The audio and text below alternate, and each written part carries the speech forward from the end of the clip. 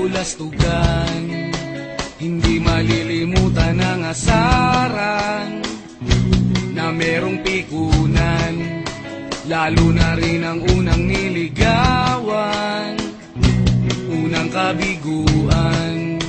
At dyan nasiseryoso ang usapan, ang pagdadamayan ng tunay at tapat na kaibigan. Kung mga buwan,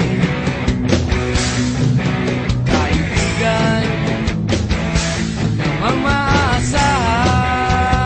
Oh, di na tayo babata, edad may di nahahalata. Sa mga trip unti-unti na tayo nagsasawa. Pero kahit ganon, barkadang matatag hanggang sa ngayon.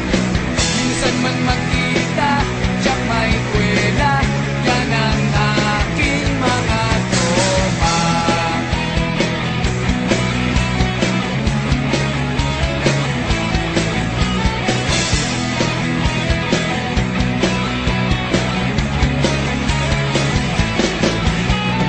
Inuman na pang magdamagan, minsan inaabot pa ng ayaan, na kung saan-saan, na para bang walang kinabukasan at kahantungan.